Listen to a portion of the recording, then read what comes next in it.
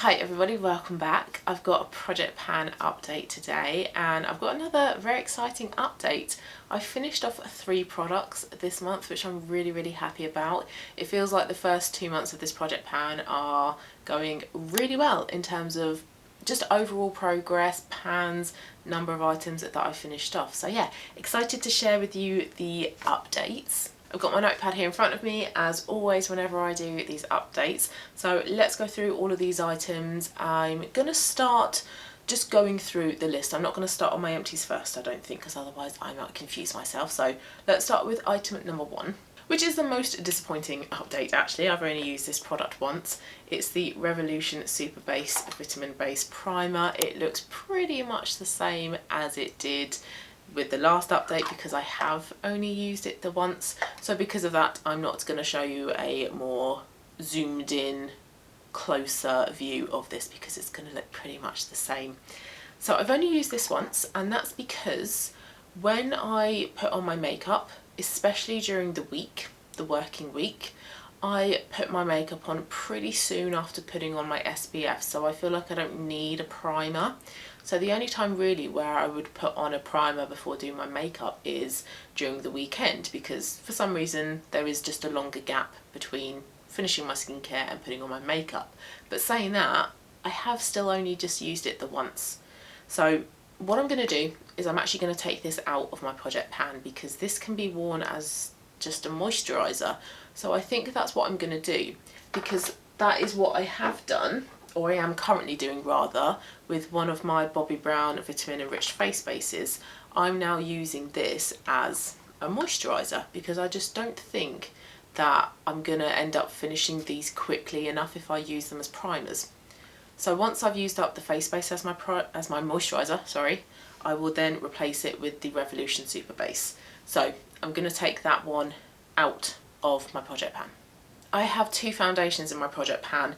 Now for some reason, despite me keeping them like this, I cannot for the life of me see where I'm currently at with the product, because I like to mark a line on them where the product has settled.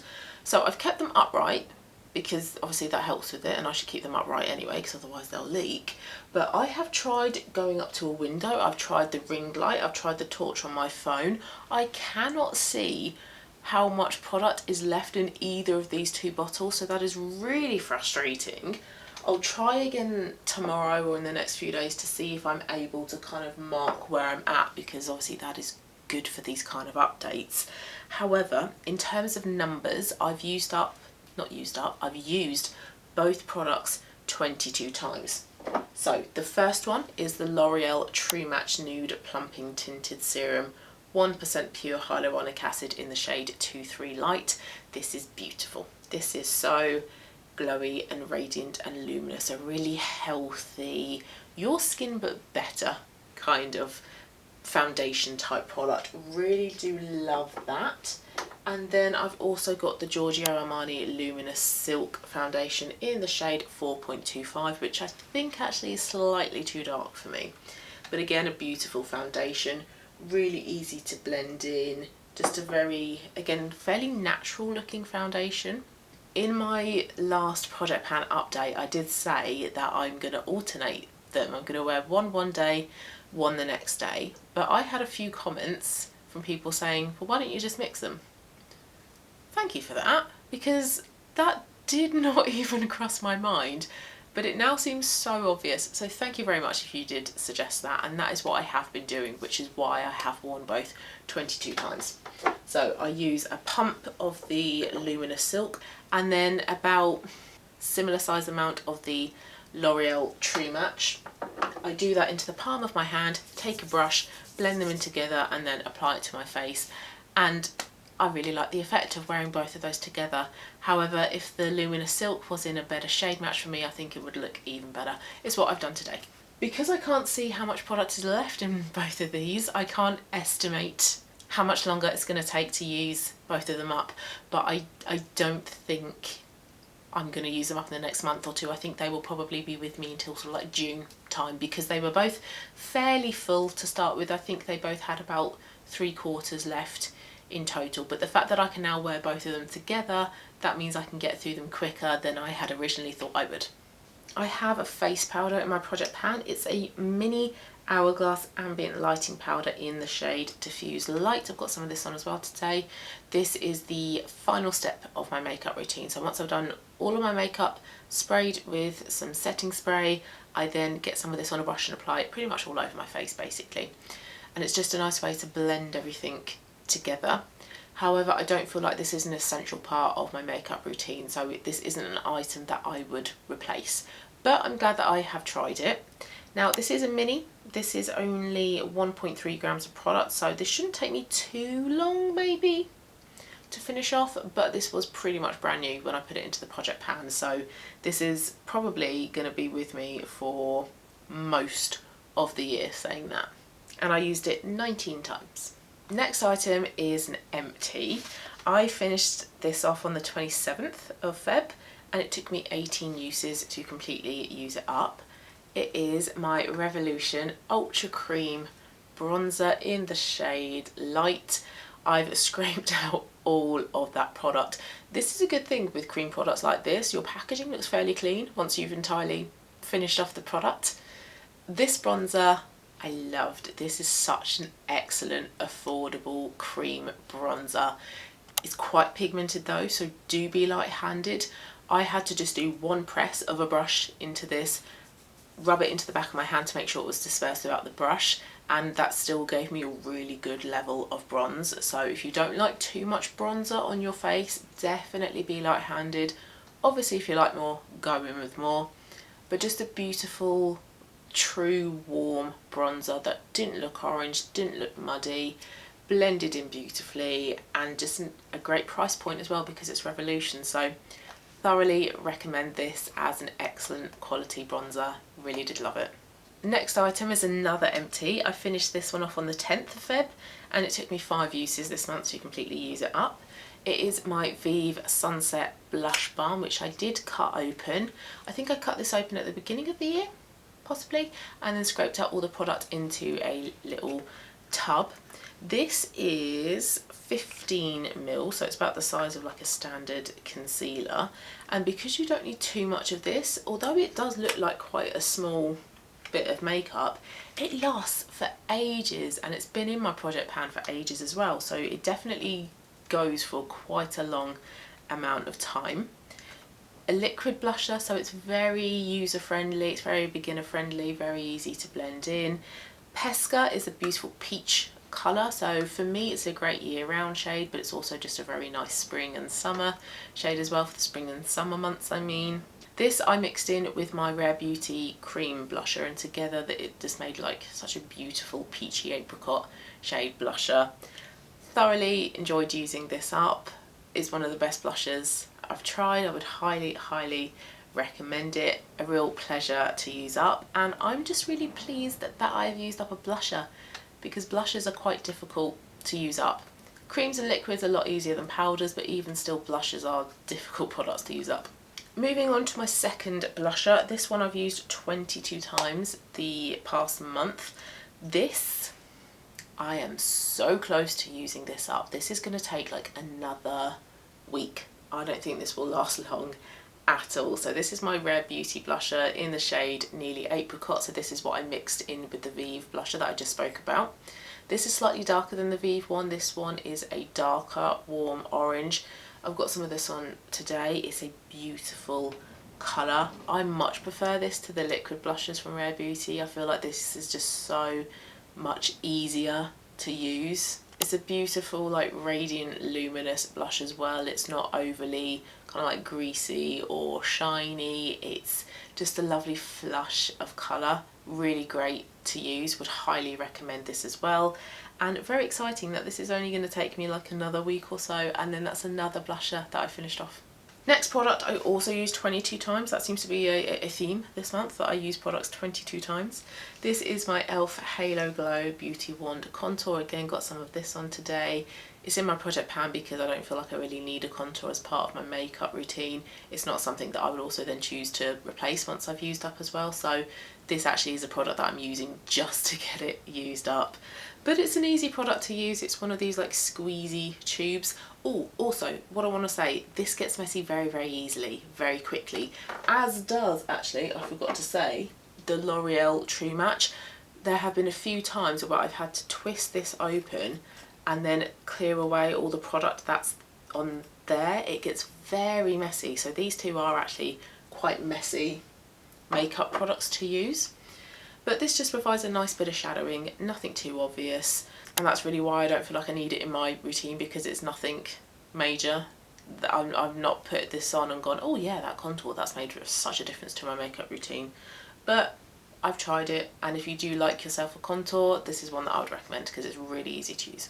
This is an exciting product in terms of progress. I've not used up anything in this palette since the last update. This is my Vive palette in the shade Dawn. I'm working on a bronzer and 2 blushes.